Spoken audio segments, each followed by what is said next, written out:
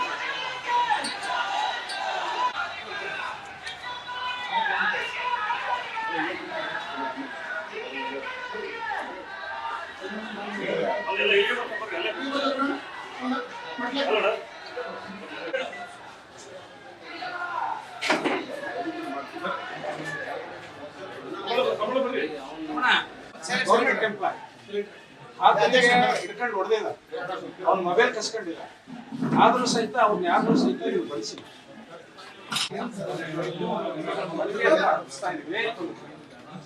ಹರೀಶ್ ಅವರ ಕೇಸನ್ನ ಇಡೀ ದಾವಣಗೆರೆನ ಬಂದ್ ಮಾಡ್ತೀವಿ. ಏನಾದ್ರೂ ಸಹಿತ ಇದು ಕ್ರಮ ತಗೊಳ್ಳದೇ ಇದ್ವಿ, ಇಡೀ ದಾವಣಗೆರೆ ಬಂದ್ ಮಾಡ್ತೀವಿ. ಅದರಿಂದ ಸೂಕ್ತವಾದಂತ ಕ್ರಮನ ನೀವು ಕೇವಲ 2-3 ದಿವಸದೊಳಗೆ ನೀವು ತೀರ್ಮಾನ ತಗೋಬೇಕು ಅಂತ ಆಮೇಲೆ ಯಾರು ನಮ್ಮ ಗ್ರಾಮಾಂತರ ಪೊಲೀಸ್ ಸ್ಟೇಷನ್ ಮೊಬೈಲ್ ಎಂತ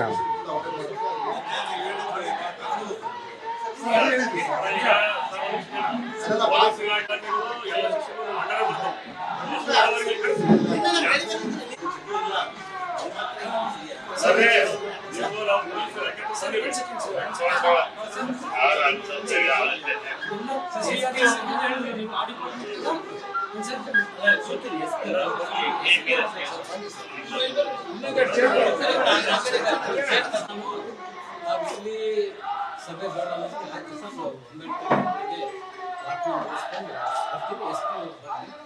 ಮಾತಾಡ್ತೀನಿ.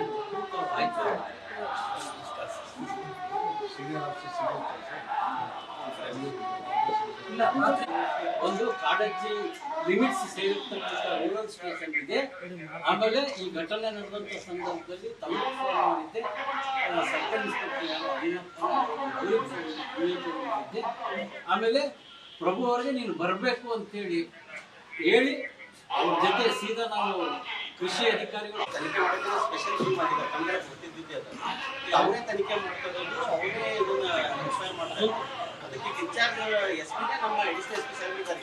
ಸದ್ಯಕ್ಕೆ ಎಸ್ಪಿ ನಾವು ಎಸ್ಪಿ ಅವರಿಗೆ ಒಬ್ಬ ಭ್ರಷ್ಟ ಮಂತ್ರಿ ಮಲ್ಲಿ ಕಳ್ತನ ಮಾಡ್ತಾ ಇದ್ದಾನೆ ಅಂತ ನಾನು ಫೋನ್ ನಲ್ಲಿ ತಿಳಿಸಿದ್ದೀನಿ, ಜಿಲ್ಲಾಧಿಕಾರಿಗಳು ತಿಳಿಸಿದ್ದೀನಿ.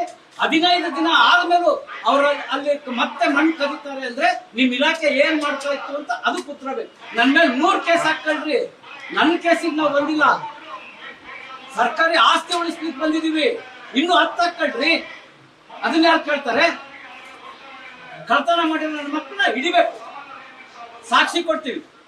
ಅವ್ರ ಲಾರಿಗಳದ್ದು ಫೋಟೋ ಇದ್ದಾರೆ. ಡಾಕ್ಟರ್ ಇರೋದು ಕೇಸ್ ಹಾಕಕ್ಕಾಗಲ್ಲ, ಅಟ್ರಾಸಿಟಿ ಕೇಸ್ ಸುಮ್ಮನೆ ಹಾಕ್ಬಿಡ್ತೀರಾ? ಅವ್ನು ಕೊಟ್ಟವ್ನು ಇಲ್ಲೂ ಇಲ್ಲ. ಆಮೇಲೆ ಟ್ರಾಕ್ಟರ್ ಇಲ್ಲ ಅಲ್ಲಿ ಇರ್ತಕ್ಕಂಥದ್ದು ಲಾರಿ. ಒಬ್ಬ ಶಾಸಕರಿಗೆ ಏನ್ ಮಾಡ್ತೀರಿ ನೀವು? ಅಲ್ಲಿ ಪೊಲೀಸ್ ಅಧಿಕಾರಿಗಳು ಅಂದ್ರೆ ಸಾಮಾನ್ಯ ಜನರಿಗೆ ಏನ್ ಮಾಡ್ತಿದ್ದೀರಿ ನೀವು? ಬರ್ಬೇಕು.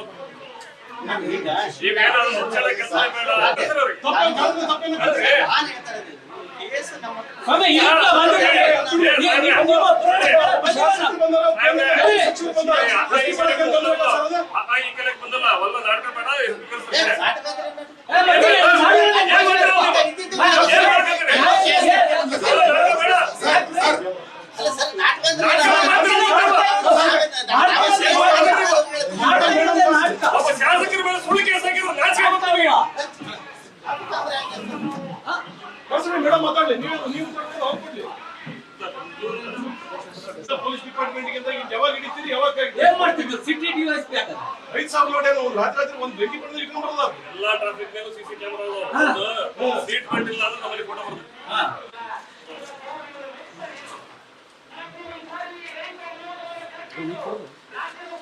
ಆ ವಿಡಿಯೋ ಇರೋದು ಕರೀರಿ ಅವ್ರನ್ನ.